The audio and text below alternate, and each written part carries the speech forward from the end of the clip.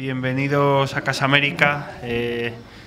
Para esta institución es un placer esta noche presentar la obra teatral Círculo de Tres, cuyo autor es Álvaro Malmierca. Es un doble placer porque se trata de una obra de un autor iberoamericano. Esta es una de las vocaciones de Casa América, pero al mismo tiempo porque el autor además es miembro del cuerpo diplomático acreditado en España, es el cónsul general del Uruguay. Creo que no les descubro a nadie este hecho al mencionarlo, pero sí quería llamar la atención que para nosotros como institución es muy importante mantener muy buenas relaciones con las embajadas iberoamericanas acreditadas en Madrid, y por eso nos agrada muchísimo tener un representante más de esa muchas veces muy numerosa clase de diplomáticos que al mismo tiempo son escritores. España cuenta con notorios y destacados ejemplos, y me alegra comprobar que el Uruguay también. La presentación de este libro esta tarde es iniciativa del Centro Uruguayo. Queremos agradecerle especialmente al Centro Uruguayo también su relación con Casa América, puesto que no solo nos solicitan espacios como el de esta noche para presentar libros, sino también colaboramos con ellos, por ejemplo, en el Festival Ritmos de América, que estoy seguro que todos ustedes conocen, con motivo de la celebración del Día de la Hispanidad, el 12 de octubre, o bueno, yo sé que el día tiene diversos nombres según los países. No me voy a extender más.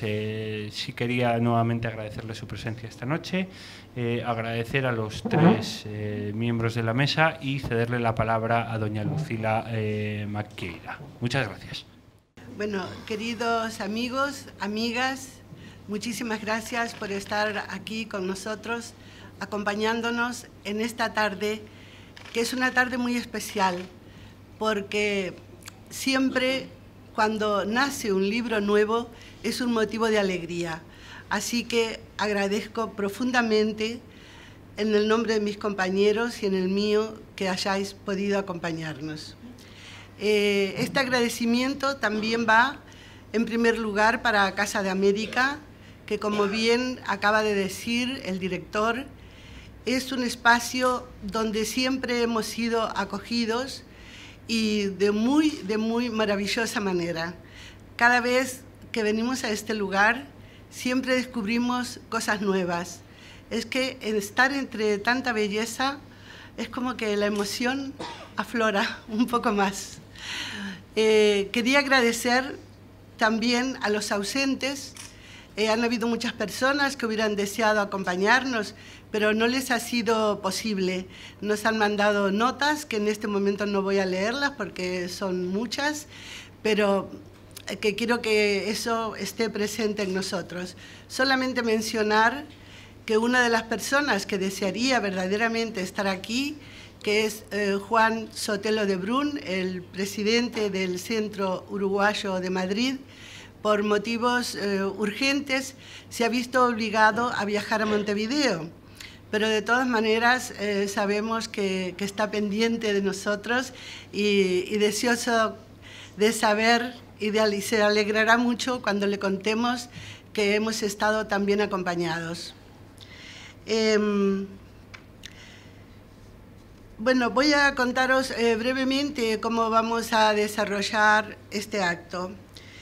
En primer lugar, un breve comentario de las personas que me acompañan, que de por sí sé que no necesitan ser presentadas, pero para mí en especial es un orgullo, un motivo verdaderamente de orgullo, sentirme aquí acompañada por Álvaro Malmierca y por nuestro queridísimo secretario general de la Asociación de Directores de Escena, Juan Antonio Hormigón. En segundo lugar, comentaremos un futuro proyecto que creo que a todos nos va a alegrar. Luego habrá una pequeña introducción sobre Círculo de Tres y visionaremos algunas de las escenas. Nos hubiera gustado muchísimo tener con nosotros a estos maravillosos actores que son Estela Medina, Berto Fontana, Graciela Gularte, María Varela, la directora. Nos hubiera gustado muchísimo, pero por motivos que todos sabemos de las imposibilidades económicas del momento, eso no ha sido posible en este momento. Así que nos vamos a conformar con verles en la pantalla. ¿De acuerdo? Luego escucharemos a Juan Antonio Hormigón y después unas palabras que nos dirá el autor. Habrá un turno de preguntas y luego la firma, los que queráis, que el señor Malmierca os dedique el libro, pues con todo gusto, sabéis que los libros están ahí afuera a vuestra disposición. Bueno, sin más, pasaré a hacer el breve comentario de don Juan Antonio Hormigón. Es una persona que es muy tímido y sé que no le gusta que diga ni que hable de estas cosas, pero yo necesito decirlas. Él es licenciado en medicina, escritor, dramaturgo, pedagogo, director teatral, catedrático. Ha publicado innumerables cantidades de libros de investigación, novelas. Bueno, siempre nos preguntamos cómo tiene tiempo para hacer tantas cosas, pero las hace, les puedo asegurar que las hace. Evidentemente ha participado siempre en foros, tanto en España, en Europa, como en Iberoamérica, y sé que en Iberoamérica es una persona querida, respetada, y que siempre que hay una mínima posibilidad tiene allí las puertas abiertas. Y agradecemos profundamente en este momento que nos acompañe en este proyecto que tenemos desde este lugar tan hermoso. El señor Álvaro Malmierca, ¿qué decir de este señor? Que desde el año 78, que hizo sus primeras publicaciones, no ha parado de escribir. No ha parado de escribir, es maravilloso. Y además ha tenido la suerte de que muchísimas de sus obras ya han sido puestas en escena. Y de eso no le puede decir cualquiera, Álvaro, ¿verdad? Es maravilloso, pero será porque lo mereces. Será porque lo mereces. No voy a mencionar en este momento todas las obras escritas por el señor Malmierca, pero sí decir que esta última obra, Círculo de Tres, fue estrenada ya en Montevideo el 1 de junio del 2012 y que hasta el día de hoy se sigue representando. Eso creo que habla de la importancia de la obra, de la proyección que está tomando y que, bueno, esperemos poder verla pronto en Madrid. ¿De acuerdo?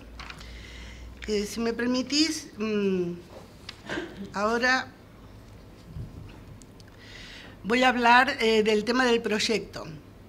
El proyecto se trata sobre un ciclo de lecturas dramatizadas, publicadas. Pretendemos que estas obras sean publicadas por la ADE. Realmente el título, voy a tratar de leerlo, sin las gafas no leo, pero voy a tratar de leerlo. Lecturas dramatizadas, publicaciones de obras de teatro uruguayo contemporáneo en Madrid. Estoy un poquito nerviosa, tengo que decirlo. Bueno, las obras estas pretendemos que este ciclo se realice a partir de este año, del 2014, y que luego sea un proyecto que año a año podamos seguir trabajando en ello aquí en Madrid. Los organizadores de este proyecto son el Centro Uruguayo de Madrid, que trabaja desde hace muchos años atrás en temas de vinculación de nuestros compatriotas en España, en áreas tanto social, deportivas, culturales y otras más. Y la ADE, la Asociación de Directores de Escena, de reconocida trayectoria, no solo en España, sino en Latinoamérica y en Europa. La editorial ADE se ocupará de editar y distribuir los libros. Directores y directoras de la asociación serán quienes sean los responsables de llevar estos montajes de lecturas dramatizadas adelante. Si queréis más información sobre este tema, pues mis compañeros de la Comisión Ejecutiva, que están aquí en la sala en este momento, y yo misma, con todo gusto, luego podremos conversar sobre el tema, ¿vale? Bueno, y no quiero ocupar tanto tiempo, sé que tenemos un tiempo limitado para todos, y entonces voy a hacer un comentario que casi lo prefiero leer, porque si me pongo a hablar yo me enrollo mucho y creo que es mejor que lo lea. Círculo de 3. La acción transcurre en una hacienda en Sudáfrica, justo antes del fin del apartheid. Nos habla de un principio de un nuevo mundo que sirvió para mostrar la política de segregación racial sudafricana. Seguro que cuando escuchamos estas palabras, inmediatamente nos remitimos a otros grandes autores como Chekhov en Las Tres Hermanas, que también hablaba del final de un mundo y del inicio de otro. El autor nos presenta desde el inicio un entorno desde el cual lo onírico y lo real avanzan juntos, con unos personajes verdaderamente entrañables. Tenemos una viuda rica, un aventurero con vida novelesca, el marido muerto que desde el lugar de la ausencia construye uno de los vértices del triángulo amoroso, la criada, alegre, realista. Y hay una frase de la criada que para mí define el personaje. Ella dice: el mundo va girando, girando, y no hace otra cosa que cambiar. Y ella es capaz de cambiar con el mundo. Todo lo contrario a lo que le sucede a la señora. La señora también tiene una frase que demuestra esto que digo. Dice la señora: todo va a seguir igual. No hay cambio posible. Mi mundo no puede cambiar. No puede cambiar, por lo menos mientras yo esté en él. Y al final, como corresponde, cada una de estas mujeres, de los personajes de estas mujeres, tomarán su propio camino. Sé que hablarán mis compañeros sobre la obra, por eso tampoco quiero yo extenderme más, y además tendremos la posibilidad de visionar el trabajo maravilloso de Estela y de Roberto. La tensión dramática es sostenida por la intriga en este constante juego entre sueño y realidad, que como espectadores nos lleva desde el inicio del texto a querer saber qué pasa en el final. Los sonidos de animales salvajes, las tormentas, los olores, nos llevan a ese lugar mágico que es África. Con su música, sus gentes, nos transportamos a un mundo que verdaderamente es de sueños, y un mundo al cual nos cuesta abandonar. Por eso les recomiendo a todos la lectura de este libro. ¿Vale? Círculo de 3 se estrenó en Montevideo, como he dicho antes, el 1 de junio del 2012, y en este momento sigue la obra en cartel. Su directora, María Varela, es una mujer que ha transitado por diferentes autores, clásicos, contemporáneos. Verdaderamente es una excelente directora de escena. ¿Qué decir de Estela Medina, que es un ser mágico? He tenido el placer de conocerla, Estela Medina. Ella fue, como ha dicho, y como seguramente se dirá aquí, una alumna directa de Margarita Xirgu.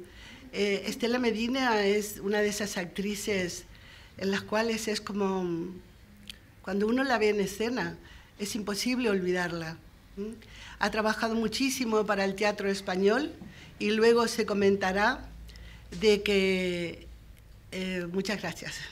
Y luego se comentará de que incluso ha sido invitada a España y ha recibido un premio muy importante. Roberto Fontana es otro actor absolutamente maravilloso que viene del teatro independiente. Roberto Fontana ha sido a una hora, profesor, escritor y bueno, un hombre de teatro, ¿verdad? Y María Graciela Gularte es una actriz maravillosa y que canta como los dioses. Bueno, yo creo que solamente agregar de que el equipo técnico de este espectáculo verdaderamente es un equipo de un valor inestimable. Buenas tardes.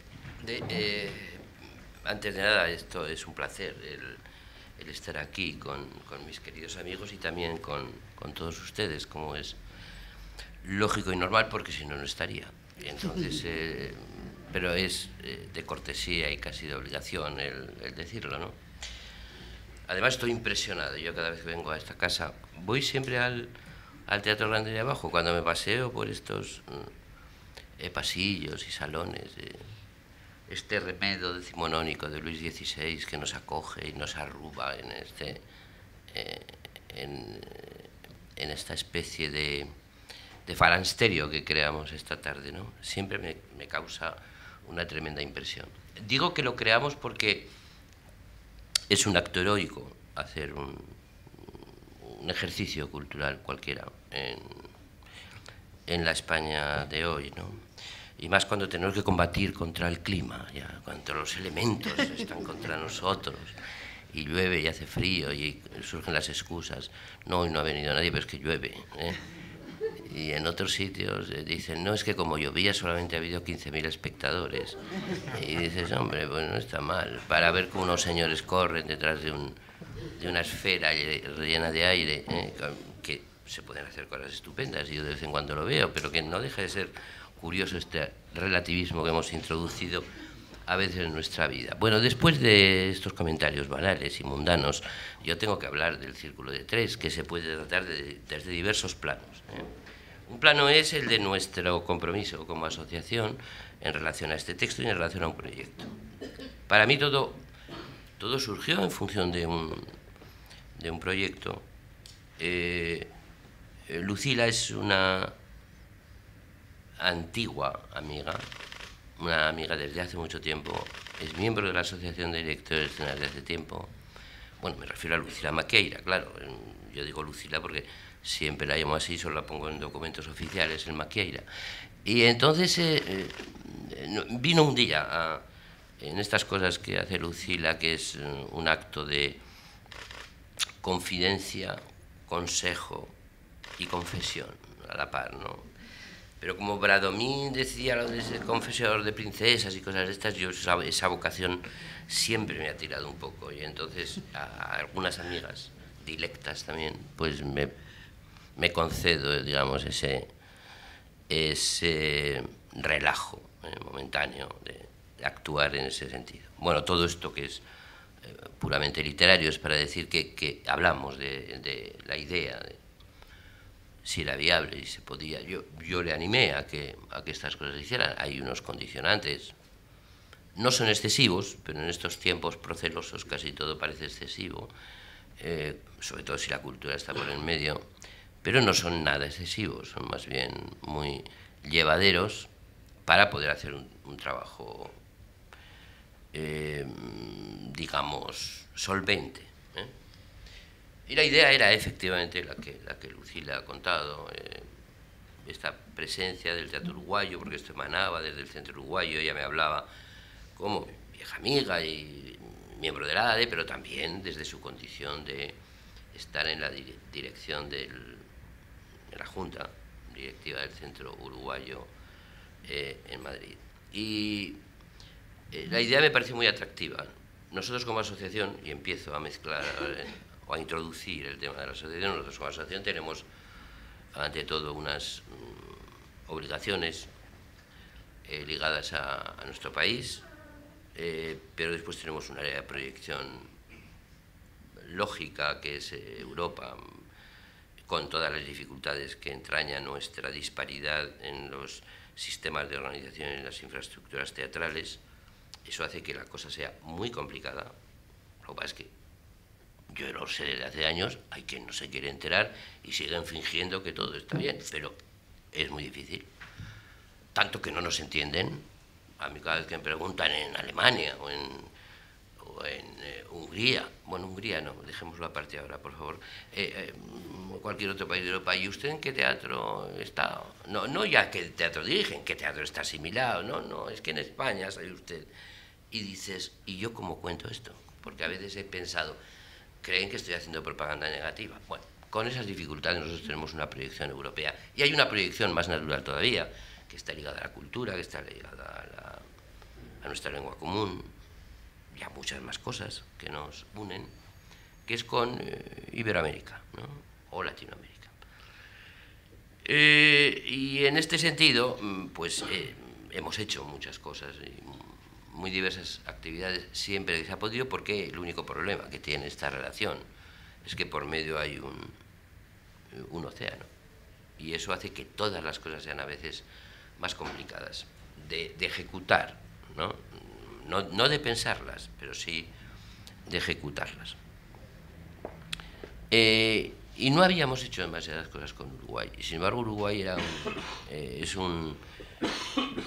yo lo digo ahora en mi dimensión de español, que lo ve desde la distancia, es un curioso país, como muchos otros. Es decir, Irlanda es un país curioso desde el punto de vista teatral, con una población muy inferior a la española, rescatado, y sin embargo tiene un teatro boyante, y que además lo defienden y lo mantienen, porque el teatro es una señal de identidad de Irlanda, ¿no? Yo no lo he dicho al azar, lo de Irlanda, ¿no? Es decir, Uruguay es un país, bueno, lo llamaban el paisito en relación al monstruo de Brasil y al otro gigante argentino, y etcétera, que los tiene ahí al lado, ¿no? Y sin embargo con una enorme riqueza cultural y con una gran tradición teatral. Yo hace muchos años, claro, que conocí al Galpón, y conocí al Galpón en el exilio en México, y tuve mucha relación con ellos y fui amigo, y bueno, incluso he escrito algunas cosas en algún libro de homenaje de Atahualpa del Chopo. Quiero decir que es una vieja historia la que me une al teatro uruguayo y a todos aquellos jóvenes que entonces ya yo los conocí de edad media, yo era más joven, quede claro esto, pero porque además algunos ya nos ha abandonado, como Blas Baidot y otros, ¿no? Y los conocí, digo, en el exilio de México, luego retornaron. A mí me siguen invitando cada 20 días o algo así, me llega una invitación al estreno del Galpón. Al principio decía, perdonad, pero que estoy un poco lejos y va a ser difícil. Ahora ya no me molesto, ahora ya lo considero una cosa normal, porque además me dicen, por motivos técnicos se ha retrasado 4 días el estreno, rogamos en los disculpen. Yo digo, estoy encantado, además de que se me informe de esto, ¿no? Pero es un país además con tradición de escritores, ¿no? Desde Taco Larreta, al que nosotros en España lo conocimos, más que nada, más que por sus textos teatrales, por los dramáticos que hizo para televisión, etcétera, ¿no? Hasta un joven autor que yo he conocido hace muy poco, que es Gabriel Calderón, que parece que está teniendo una gran resonancia en Montevideo, y una obra que revienten los actores, que me pareció estupenda. Era un texto que él mismo dirigía, porque él comenzó él trabaja con un grupo de actores para el que escribe unos textos, y quiero decir que todo eso estaba en el horizonte, ¿no? Y por eso me parecía que el proyecto Uruguay tenía sentido. Nuestra asociación, por otra parte, justamente se desarrolla en este campo. Es decir, nosotros no somos una entidad gremial, no somos tampoco tenemos, supongo que gente que será considerada como estrellas, pero lo que tenemos es a la gente que dirige el teatro, a la gente que piensa sobre el teatro, porque tenemos una sección de dramaturgistas y teatrólogos, tenemos también algunos escenógrafos y como diseñadores escénicos, porque es sobre todo un medio en el que se defienden unos derechos, pero sobre todo se reflexiona sobre el teatro y sobre un teatro posible. Como mi nieta acaba de nacer hace 5 días, mi primera nieta, y yo estoy muy orgulloso, ya la tenía que nombrarla, ya ha surgido ahora, confío y espero que a lo mejor ella lo vea, porque su abuelo se ha pasado toda la vida intentando verlo y no lo ha visto. Estamos un poco peor que hace 10 años y un poco peor que hace 20. O por lo menos con menos impulso y menos ilusión por parte de la generalidad, ¿no? Esto es grave, digo, para un país, pero nuestra obligación y nuestra responsabilidad, la que nosotros hemos asumido, es justamente pensar el teatro y plantear diversas cuestiones, ¿no? Unas tienen que ver con la formación y la reflexión conjuntadas en forma de seminarios, en forma de congresos, o publicar una revista, que es eso, es un órgano de reflexión, también de combate, y que la hemos mantenido rigurosamente. Como digo yo, la última línea de defensa es la revista, porque es nuestro órgano de expresión también, ¿no? Y tenemos una amplia gama de publicaciones. Me acuerdo cuando le reclamaba una cosa a un director general del libro, hace años, hace años le reclamaba a un director general en una cuestión, en un acto público, ¿no? Y le hacía una serie de consideraciones y me dijo, no, claro, pero es que nosotros tenemos que considerar las editoriales, porque las fundaciones, las asociaciones editan a lo mejor un libro cada año, cada 2 años. Claro, yo dije, nosotros tenemos 150. Quiero decir, y la sorpresa para mí es que estaba planteado sobre razones economicistas y no sobre el conocimiento del territorio, ¿no? Nosotros efectivamente tenemos 6 colecciones. La primera fue de literatura dramática en general, la segunda de literatura dramática iberoamericana. Supongo que el nombre por sí solo indica que nos centramos en la literatura dramática del siglo XX en España y América Latina o Iberoamérica, porque incluía a Brasil y a Portugal en el diseño. Luego han salido menos cosas, mientras que todos los textos anteriores entraban en literatura dramática, textos consolidados, o la literatura dramática del siglo XX que no estuviera escrita en español o en portugués, también podría decir en catalán o en gallego, evidentemente, ¿no? Y nacimos al campo editorial con estos textos de literatura dramática. Luego hemos hecho una importante colección de teoría y técnica del teatro, en donde se han publicado libros que por primera vez en castellano, y tenemos una colección de Bates que es parecida, y una colección que hemos creado hace poco que se llama Laberinto de Fortuna, en donde van a aparecer ensayo, novelística. Quiero decir, digo esto para ver el panorama y por qué comenzamos a hacer literatura por la literatura dramática, porque España tuvo una época en la que se publicaron muchos libros de lo que llamábamos libros de teatro, que en realidad eran obras teatrales. Sobre todo en los primeros 30 años del siglo XX, pero también después, ¿no? Y estos libros permitían que prácticamente todo lo que se estrenaba y más aparecía en estas colecciones. Las traducciones no es que siempre estuvieran bien, y las obras entraban en catarata, quiero decir que no había apenas decantación. Podías encontrar un juguete cómico junto a una obra de Oscar Wilde en el mismo volumen de la novela teatral, como por ejemplo, ¿no? Pero todo esto estaba desapareciendo, y se estaba liquidando, y nadie reeditaba más. Por lo tanto, teníamos un parón. Piensen ustedes que hay una buena parte de la literatura dramática del siglo XX que anómalamente no está traducida en España, ni está traducida ni publicada, y que a lo mejor ya no la volveremos a tener. Y por otra parte, el acceso a los nuevos autores estaba también, nuevos y no tan nuevos, pero estaba también muy limitado. Por eso creamos una colección de literatura dramática en la que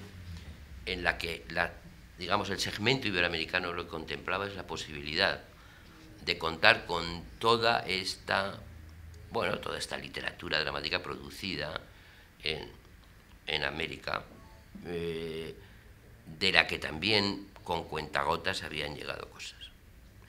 Les digo esto para que entiendan que nosotros, para nosotros esto forma parte de nuestra actividad y de nuestro impulso, y que en estas llegó este proyecto y llegó la obra de Álvaro Malmierca, que yo leí y que estuvimos inmediatamente de acuerdo que debíamos de publicarla, que podía ser un pórtico estupendo al anuncio de un proyecto de estas características y que a mí me pareció muy interesante por diferentes razones.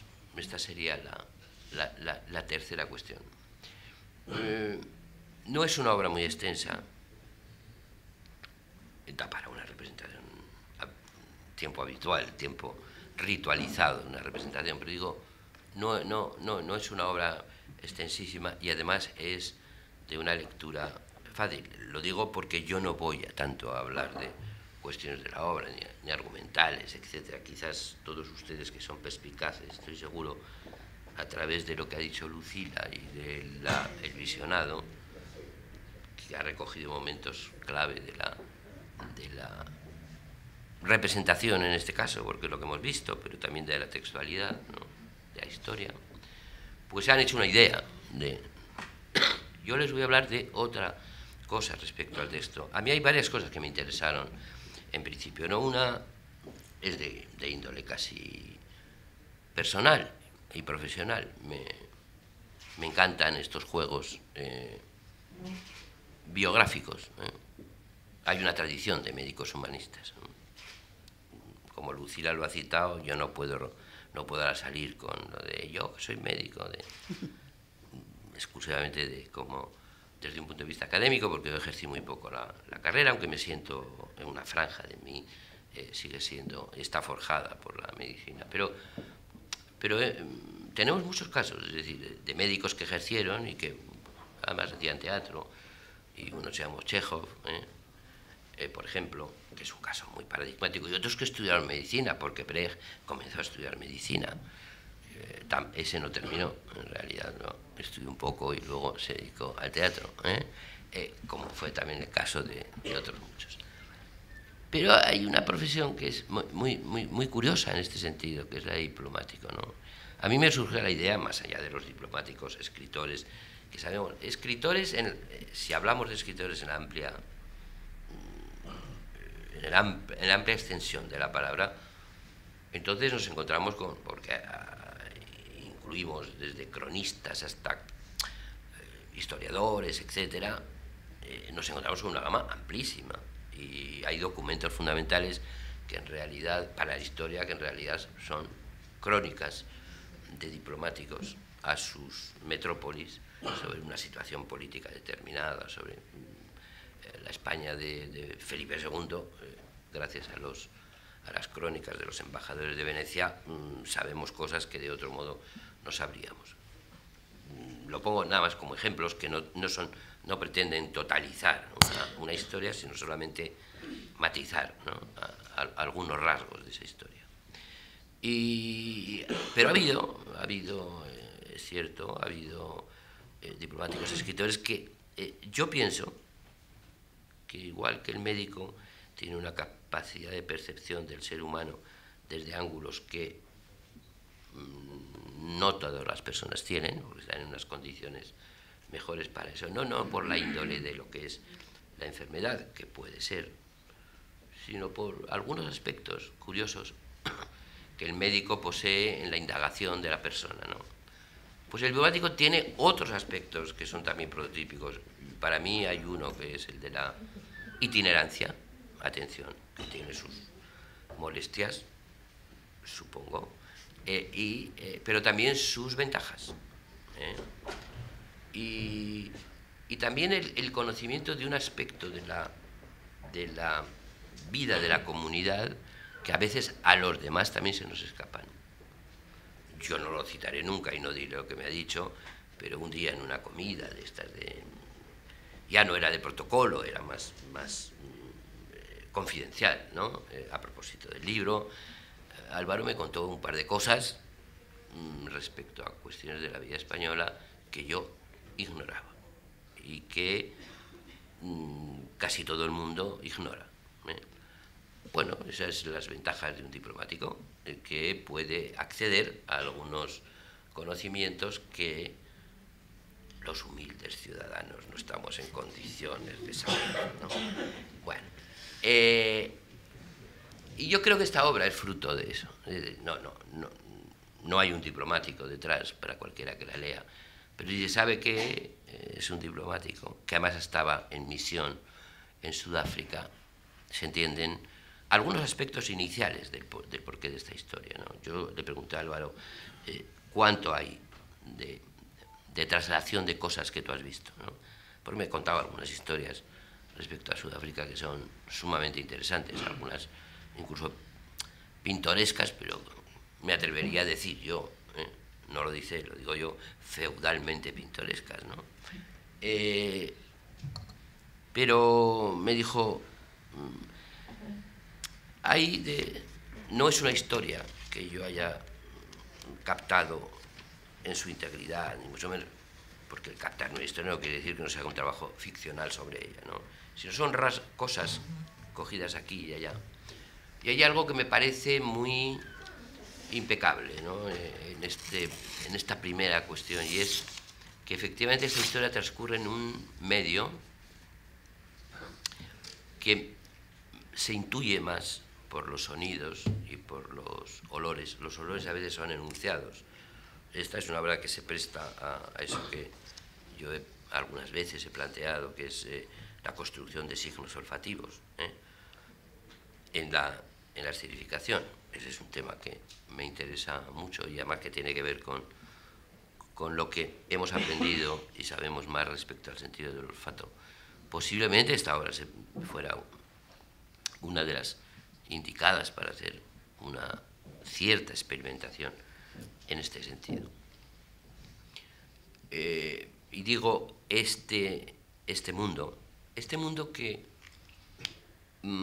a nosotros también nos sorprende, porque hay una parte de la historia que construye o que maneja un elemento mágico.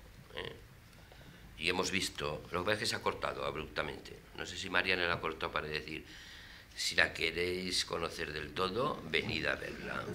O sí. Yo mandé cortar. Ah, tú mandaste cortar. Sí, me pareció que no había que develar el final. A sus órdenes. Entonces, pero me parece muy curioso ese elemento que para nosotros nos escapa un poco.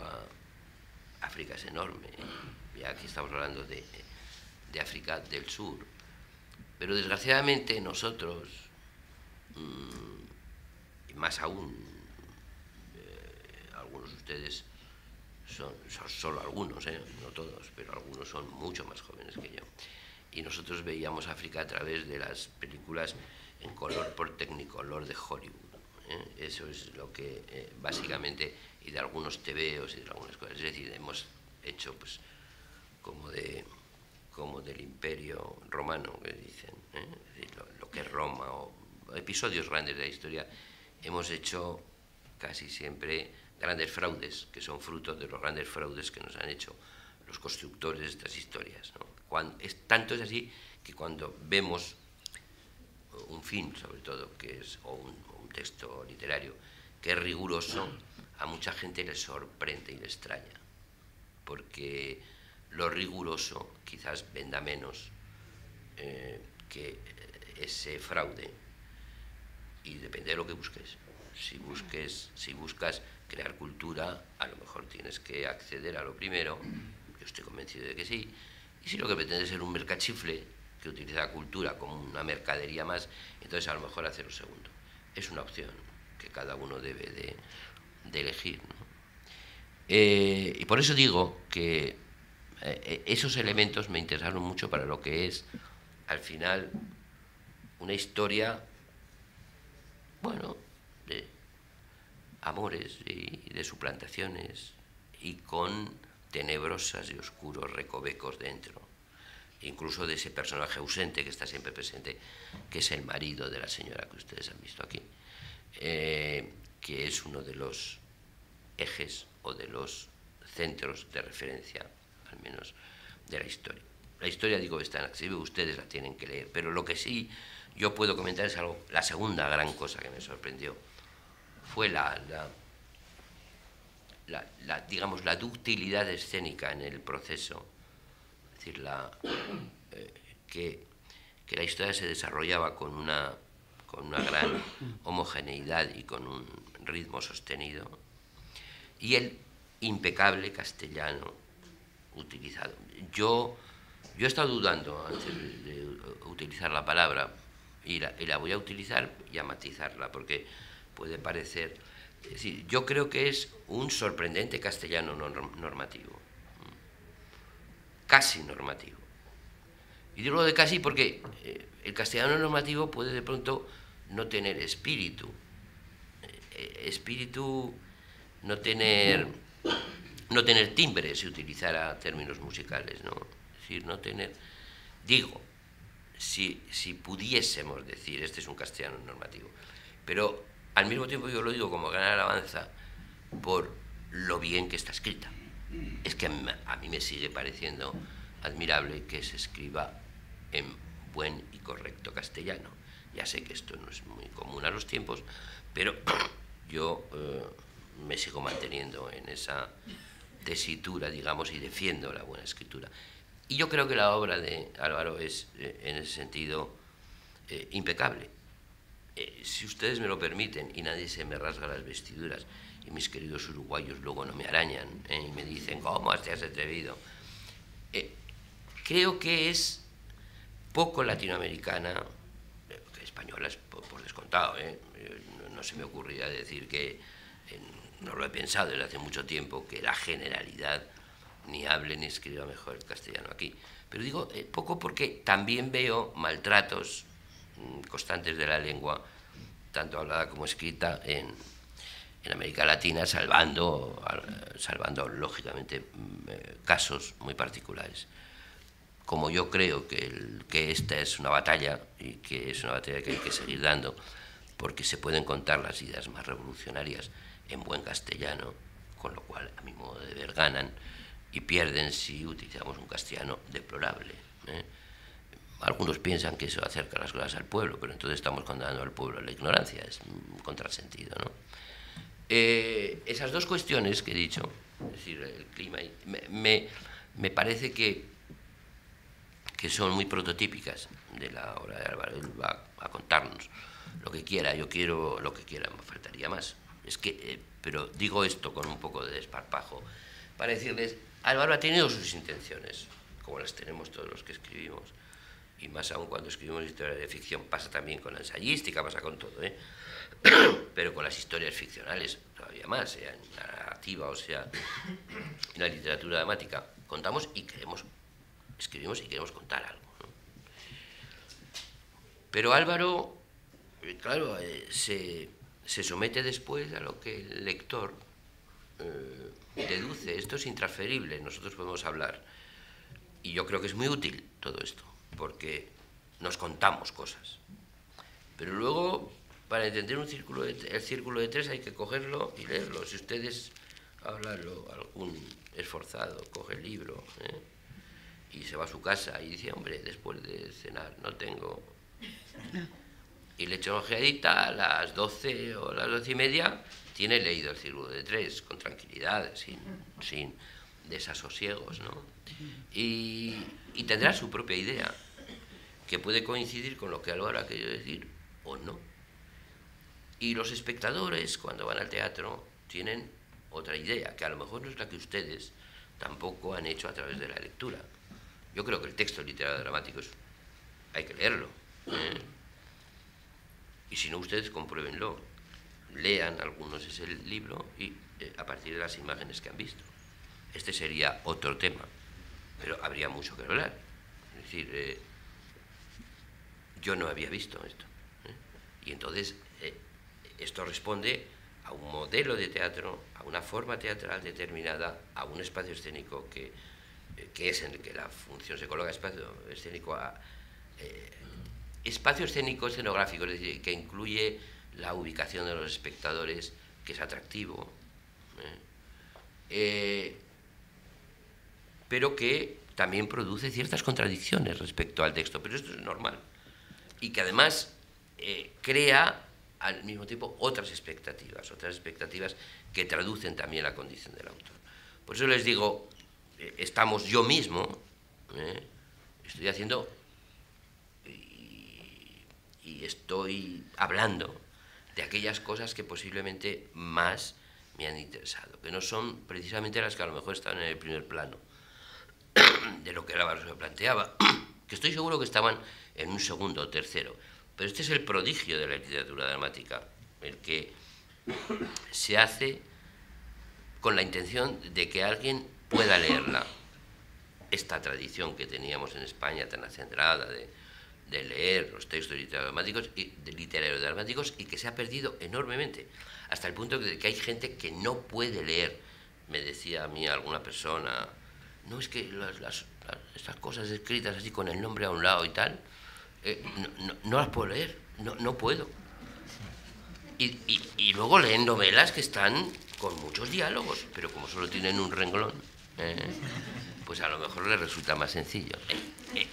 Estoy contando cosas que me han pasado y que me pasan, ¿no? Y por eso se lee, pero la literatura dramática tiene esa posibilidad, la de convertirse en un acontecimiento, en un hecho escénico, en el que el texto queda convertido en otra cosa, en esa construcción plástico-visual, en ese hecho artístico plástico-visual que es la representación. Hoy hemos podido ver además todos estos planos y me parece enormemente sugestivo y yo estoy muy contento de haber tenido esta oportunidad de hablar con ustedes, de tener hasta ahora monólogo, pero espero que luego haya diálogo, y de transmitir estas ideas, que es lo que yo quería contar. Pero nuestra asociación, y esto sí que termino con esto, está muy comprometida con este asunto, por lo que les he explicado, con este trabajo con Uruguay y con esta primera colaboración, esta contribución, este acuerdo que ha hecho posible que el libro con la obra de Álvaro Malmierca sea una realidad, que ha comenzado su camino y que al menos los directores de la Asociación de Directores de Escena, o sea, todos los miembros de la Asociación de Directores de Escena lo tienen ya desde hace unos días en su poder, lo cual es mucho cuando la literatura dramática tiene salida tan difícil. Muchas gracias por su atención. Buenas tardes a todos y muchísimas gracias por la presencia de todos aquí. Yo, por supuesto, ante todo quiero agradecer a Casa América que nos da cobijo una vez más, y en este caso, en esta sala, esta hermosa sala, como son todas, pero que lleva el nombre de Cervantes, lo cual para un humilde escribidor como yo es un poco apabullante, pero bueno, trataremos de estar, si no a la altura, pero por lo menos por ahí. Quiero agradecer muchísimo a mi querido amigo Juan Antonio Hormigón, que él no lo ha dicho, pero no solamente ha venido hoy a presentar el libro, siendo como él es una gran personalidad del teatro español y que desarrolla toda esta tarea realmente con gran esfuerzo y dedicación y talento además, sino que además me ha hecho el honor de prologar el libro, es el prologuista del libro, así que yo también estoy muy agradecido también por todo lo que él expresa allí, con mucho rigor, por cierto, porque es un hombre que le gusta tomar todas estas cosas, lo toma muy en serio, ha sido su vida y lo toma con un rigor absoluto. Por supuesto, en cuanto a Lucila, a quien yo también quise invitar a la presentación, pero fundamentalmente, ante todo, mejor dicho, porque es una persona es una amiga entrañable y es una persona a quien yo le tengo un enorme respeto como profesional, es decir, como directora de teatro, como persona que ha vivido la vida dedicada al teatro, y también ella no lo ha dicho ahora, pero fue una de las primeras lectoras que tuvo el texto una vez que yo lo compuse. Creo que ella lo leyó, la primera fue mi mujer, que también es una gran directora de teatro y de quien estoy muy orgulloso, y luego creo que se lo pasé a Lucila, así que realmente, y recién ahí lo envié a Montevideo, donde realmente fue muy bien recibido por todo el equipo que hizo la obra. Así que en ese sentido me alegra muchísimo que tú hayas estado aquí y que hayas podido expresar estas palabras. Y va de suyo que a través tuyo también va mi agradecimiento al CUM por todo el apoyo que ha dado, y desde ya, y como ya lo saben, me parece estupendo el proyecto que está planteado, y en este caso como dramaturgo espero que realmente, a diferencia de otras áreas, en la escritura yo no considero que haya una competencia entre escritores, al contrario, creo que todo tiene cabida, y me parece maravilloso que hay muchos dramaturgos contemporáneos en Uruguay que están escribiendo muy bien, tanto así que incluso alguna zona de la crítica en Uruguay habla, y de la academia habla hasta de un resurgimiento en nuestro teatro, que siempre ha sido una tarjeta de identidad de Uruguay, como decía también Juan Antonio, y yo creo que hay mucha gente de distintas edades, que representan distintas generaciones, distintos estilos, y que realmente merecen poder mostrarse, que su obra se difunda a través de todos los canales, y qué mejor a través del canal de España, que es un poco la madre patria de ese centro aquí en todos los que hablamos esta maravillosa lengua siempre estamos mirando. Por supuesto, agradecerle a todos y señalar que hay en la sala muchos y buenos amigos. Yo sinceramente no podría nombrarlos a todos, pero realmente quiero señalar la presencia de Ana María de Lara, que es la secretaria general del Cuerpo Consular, y a otros colegas como Javier, también, que lo veo acá en primera fila. Bueno, quiero señalar la presencia de mi colega, la ministra Ana Teresa Ayala, de la Embajada, que ha venido también en representación de nuestro embajador, que hoy me llamó, que tenía una cena, pero que está muy bien representado. Muchísimas gracias por venir. También mi colega, la cónsul de nuestra nueva cónsul de distrito, Virginia Tebot, y amigos, como el caso de Mario Gómez Saller, que está aquí en la fila. También estaba por allí Mariano, allá está Sánchez Ortiz, un gran amigo, su director general para Juventud de la Comunidad. Otro gran amigo, Javier, que lo veo aquí, Javier de Rey Morató, que también ha tenido oportunidad de leer alguna obra mía, y creo que he visto hoy, me pareció ver a Isabel, estaba, ¿no? No sé, me pareció está allí atrás. ¿Ah, dónde estás? Ahí, porque estaba sentada al lado acá. de la columna. Bueno, que es un verdadero honor tener una escritora del nivel de Isabel Pisano, que nos acompaña, y que es una queridísima amiga también, que nos ha hecho el honor de venir. Así que bueno, no quiero entrar a decir nadie persona por persona, porque es imposible a cada uno, pero a todos les agradezco de corazón realmente estar aquí. Bueno, yo lo que quiero, generalmente cuando el autor habla, un poco cuenta de los pormenores que no aparecen en el libro, es lo que generalmente la gente quiere saber. En este caso concreto, en efecto, nosotros estábamos viviendo en Sudáfrica. Esta obra yo la comencé allí, de alguna manera la pespunteé en Sudáfrica, y posteriormente cuando se dio el caso, porque había quedado un poco ahí quieta, y se dio esta oportunidad única que ha sido un acontecimiento histórico en el teatro uruguayo, que fue el hecho de que Berto Fontana y Estela Medina pudieran actuar juntos en un mismo escenario. Esto es así porque en nuestro país el elenco oficial no se mezcla con elencos independientes. Entonces se trata de dos actores, yo creo que son los máximos cada uno de su esfera, pero que admirándose y conociéndose desde hace muchísimos años, nunca habían tenido la oportunidad de estar juntos en escena. Cuando Estela se jubila de la Comedia Nacional y ahí queda libre, entonces por primera vez, después de 60 años, que aunque parezca mentira, algunos años, pudieron actuar juntos. Y para mí fue un honor enorme que Berto se acordara de mí y me llamara especialmente para que le compusiera una obra para que ellos dos actuaran. Bueno, evidentemente que las cosas, yo no creo en las casualidades, sino en las causalidades. Por algún motivo la obra ya estaba hecha, es decir,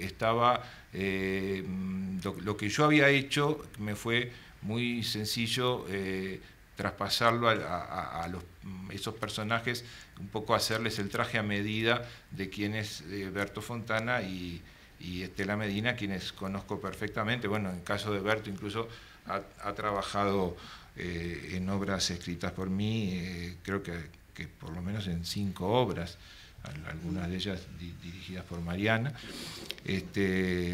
y bueno, con el cual tenemos una gran amistad, es un amigo entrañable y siempre ha sido un poco actor fetiche. En uno de los reportajes Estela medio se quejaba, decía, no, lo que pasa que Malmierca siempre escribe para ti. Pero luego no se pudo quejar, porque la verdad que me siento contento del personaje que escribí para Estela, y creo que es muy a su medida y que lo hace con esa capacidad, ese talento que siempre nos regala. Y los dos son realmente un duelo actoral estupendo. Ya esto lo digo como espectador, ya no solamente como escritor, porque realmente que ellos desmenuzan el texto de una manera y consiguen darle un dinamismo que no sé si el texto lo tiene, espero que sí, pero ellos evidentemente que tienen un ángel especial, y eso procediendo, vuelvo al caso de dos escuelas completamente distintas. Los días que yo fui a Montevideo, que vi la obra creo que 4 o 5 veces, no, 6 veces la vi, no, porque vienen de la escuela de Estela Medina, es esa escuela de Margarita Xirgu, donde el actor hasta último momento está como una especie de concentración mística, que hace tiene sus ritos y sus recitados, sus cosas. Entonces no había que molestar a Estela, porque Estela estaba con eso. Y bueno, después me contaba la directora, muy respetable, obviamente, es así como funciona.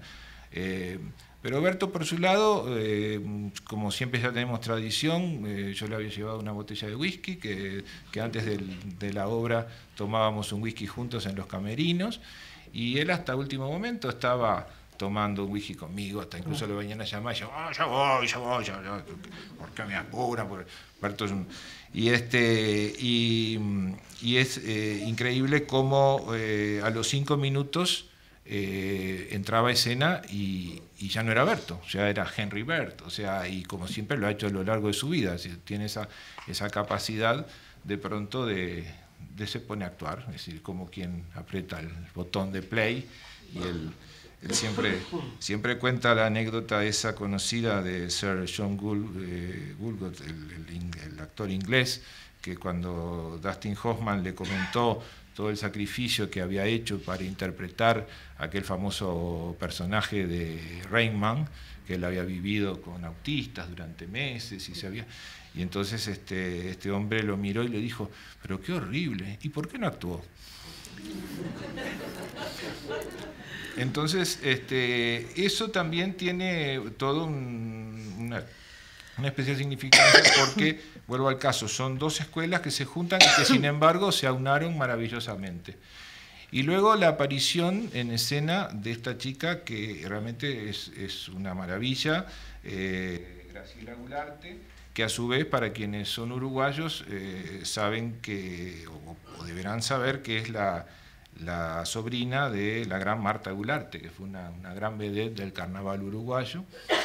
Y ella, bueno, ha resultado ser una excelente actriz, que además era difícil conseguir una actriz negra que diera con el tipo humano que se precisaba en la obra, y además que canta maravillosamente. Así que en algún momento, hay un momento de la obra en el cual Estela canta en francés, que lo hace también muy lindo, y porque, digo, Estela es una actriz completísima, que baila, que hace, a los años que tiene, yo creo que si uno la manda ponerse patas para arriba, lo hace, porque manda a la actriz antes que nadie. Y Graciela canta una canción en Kotza, o sea que es un poco la canción tipo más africana, que bueno, en estas escenas no aparece esa, pero bueno, obviamente la obra no está escrita en la época que yo viví en Sudáfrica, está escrita hacia la época en la cual terminaba el apartheid. Pero de todas maneras, evidentemente que me puse al día de toda esa situación, y a través justamente de encontrar historias y aunarlas y encontrar personajes y formar un personaje de varios, y todo eso, yo creo que pude conseguir eso, además de esa información privilegiada que tú dices que uno tiene, que a veces es así, es verdad. Yo por ejemplo tuve el honor, no sé si acá en esta sala tal vez alguien más lo haya tenido, de conocer a Nelson Mandela.